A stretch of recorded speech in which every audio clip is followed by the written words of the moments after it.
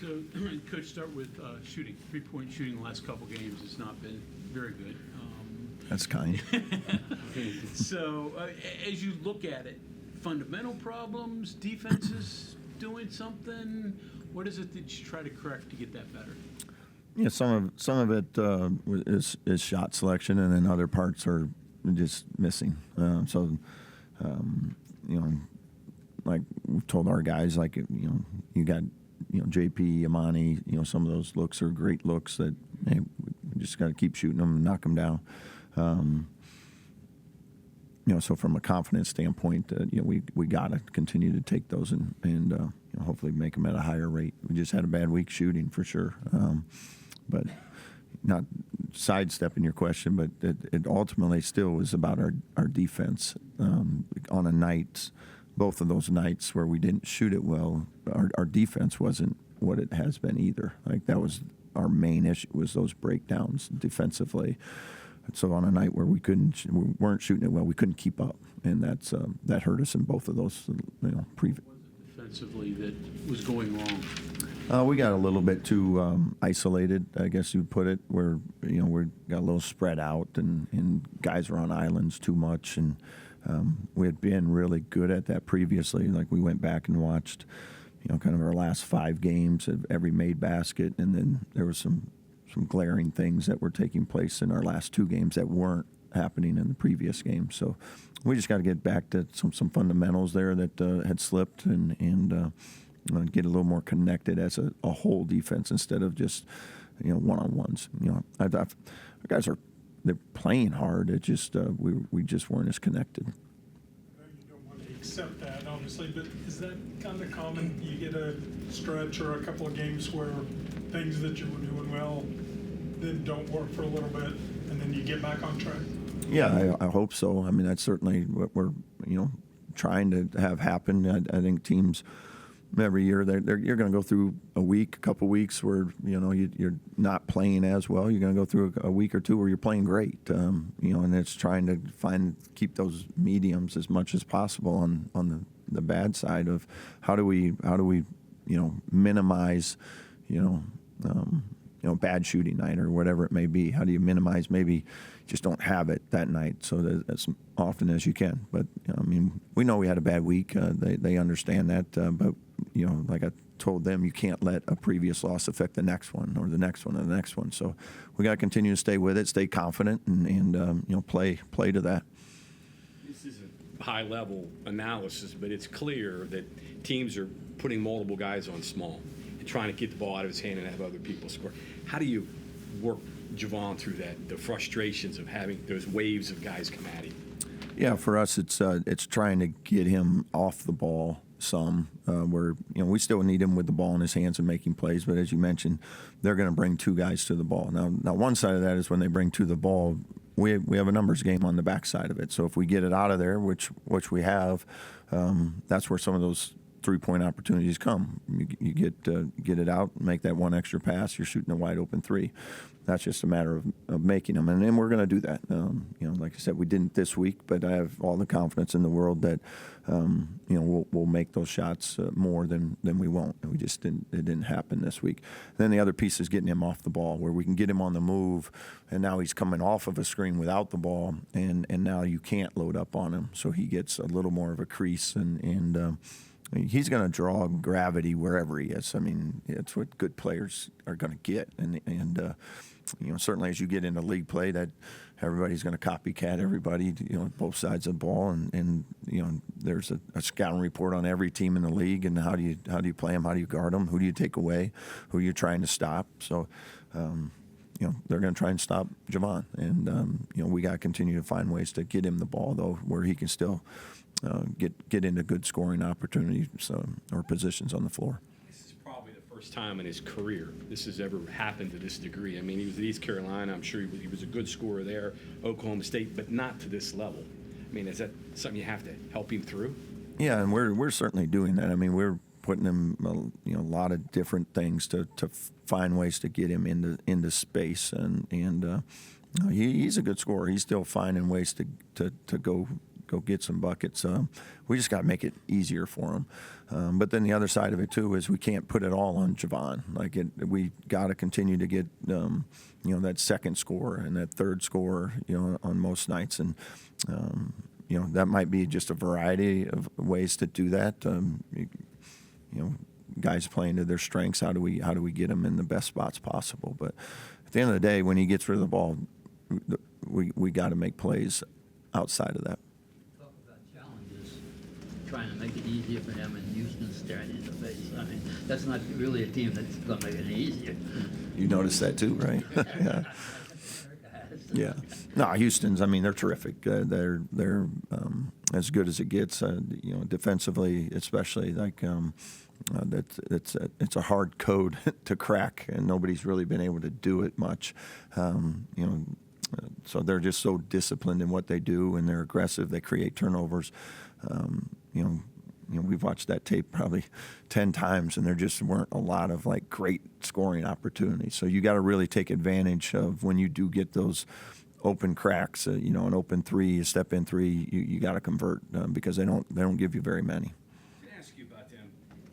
Is interchangeable a good word for them? I mean, you look at them; they're all about the same. The bigs are about 6'8". They're all athletic. They all play hard. The guards are within the same range. And you go out there and you look and you see, well, there's Roberts. Well, then here comes somebody else. It's like they're just all interchangeable. Is that kind of the blueprint of the game today? Yeah, What you want? No, they have great, just across the board, both offensively and defensively, of just versatility. And then they go to the bench, and then they have another guy that comes in, and he can 6'8", 6'9", can run, jump, shoot, whatever it may be. But they all complement each other really well in the way they play. They can come out and they can trap a ball screen and really blitz it and be aggressive and get in rotations, or they can come out and just switch it, and they're fine with that either way. So they can do those things. And then on the offensive end, same type of deal. They have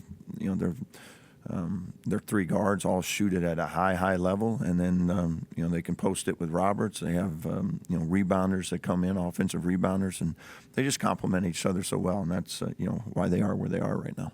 You got Uzan, who just almost got a triple-double against Kansas. I mean, yeah, pick your poison, right? Yeah, he's been really good for them. He's kind of their quarterback back there, and facilitates and gets guys into spots and can get downhill and go make plays for himself and others too.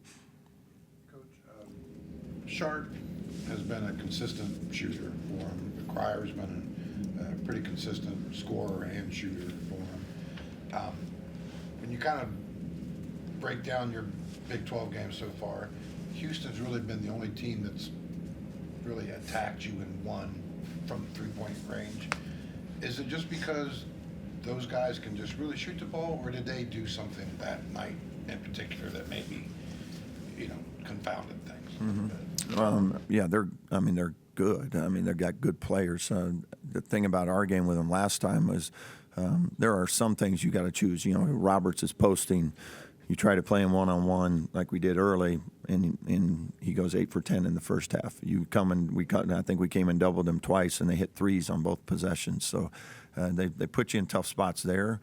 But where you really get in trouble is like live ball turnovers, offensive rebounds, kickouts, and that's where they're elite at it. So you have to minimize that.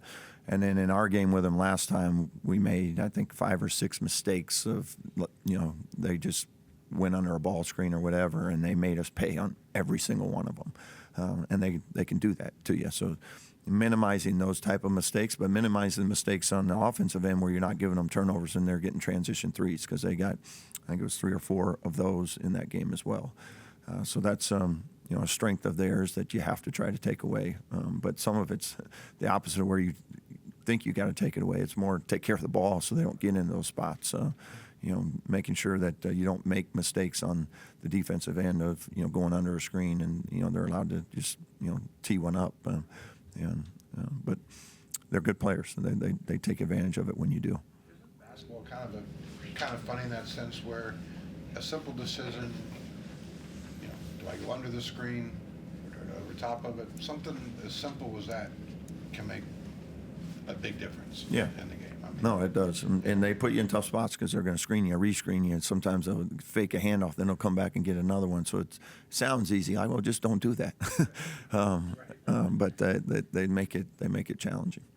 When a coach plays somebody a second time, as you're going to, and you did Arizona, what kind of tweaks, changes do you make to the game plan? I mean, is it all based on just what you saw the last time, or do you have, well, we got to do some things different just because they know what we're doing? I think it's a little bit of both. I think maybe the first time, if it went really well, you play to that to some degree. You also know they're going to try to counter that as well. So I think for the most part, it's depending on how long you played them. Like if it was 10 games ago, they may be doing stuff completely different because every team's going to evolve as the year goes and what they're trying to do and things. So.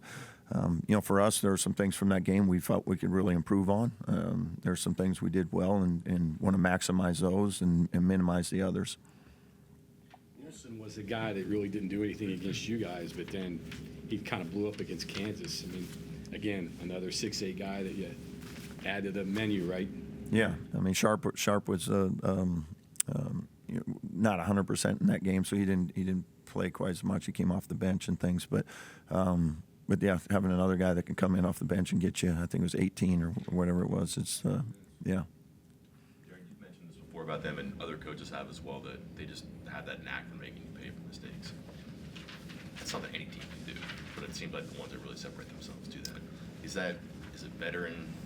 Is it just a collection of talent? Like, what is a team good at that just makes them so opportune so consistently? Yeah, I think it's their aggression, like because they win a lot of those 50-50 balls, so there's a battle for a loose ball, a rebound or whatever, and then they come out with it, so you're in a scramble situation every time they win one of those type of situations, and now it's just a matter of them just kicking it out.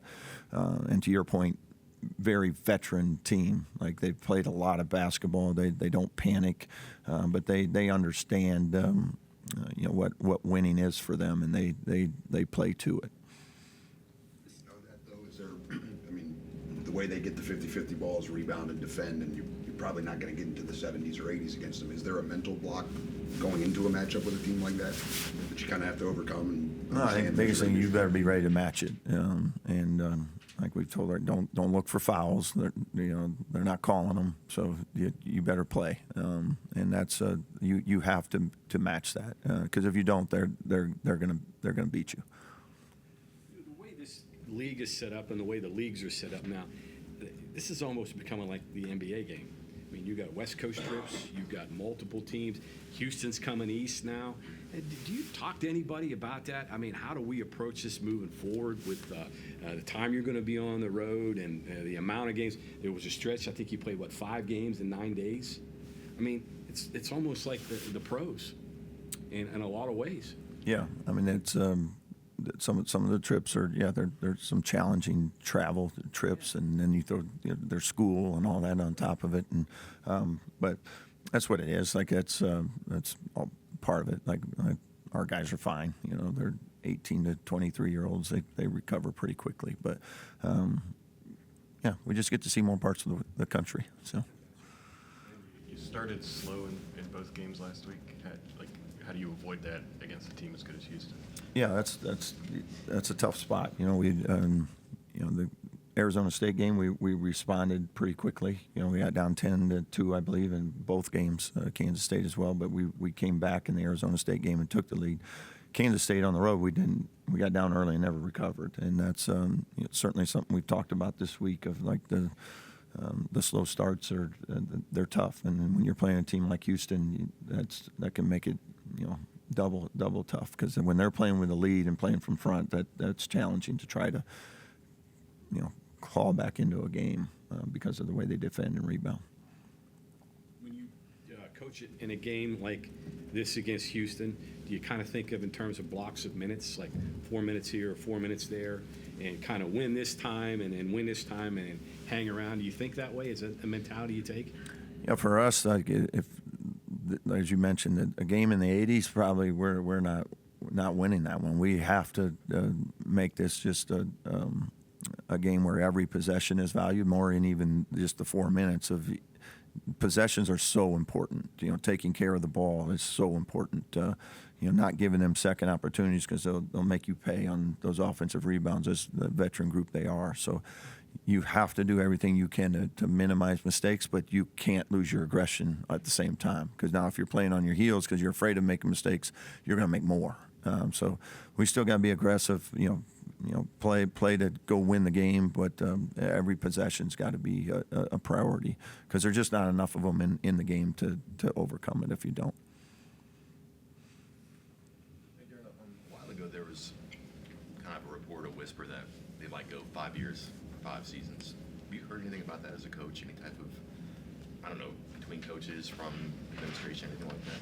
Yeah, it's certainly out there. I think there is some traction to it. You know, how much I don't know for sure. I think like everything right now with what's going on in the NCAA, there's so many lawsuits coming from everywhere. So I think it's certainly been talked about and discussed. It wouldn't surprise me if it ends up in that space. It's just not there yet.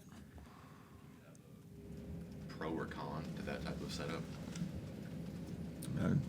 I just do with whatever the rules they put in front of us. Perfect transition. Wouldn't you like to know, because every coach, whether it's the start of the season, middle, the end, and some roster complications as well, it would be nice to know. But, and I know there's no answer, so you can't have it, but is there a frustration that some of these things could be in limbo for such a prolonged period of time that you don't have a conclusion? You just have questions of people like me asking that you can't possibly answer. Right. Yeah, and I don't have the answers. I like you mentioned, it's football just got done. Those kids that are seniors, if there's a fifth year going to be awarded, they would need to know really soon. Because they're done. They're moving on. They may have graduated at Christmas, so the timing of it all, I don't know how that shakes out, and I'll let other people figure that out. But there is certainly some talk of it. Along that line a little bit, then the JUCOs sort of getting an additional time. JUCO years don't count, or I still don't quite figure out how that works. Does that change how you look at those people and the recruitment of guys who have junior college backgrounds? Yeah, I have a couple of former players there wondering if they can come back. I was like, yeah, come on. It'll be interesting to see how that plays out long term. Does do more people now want to attend junior colleges just because they can play there for 2 years and not lose any eligibility, where maybe before they were going the prep school route? I don't know how it plays out, but certainly for a lot of those kids now, there's some 2 extra years of opportunity. Thank you all.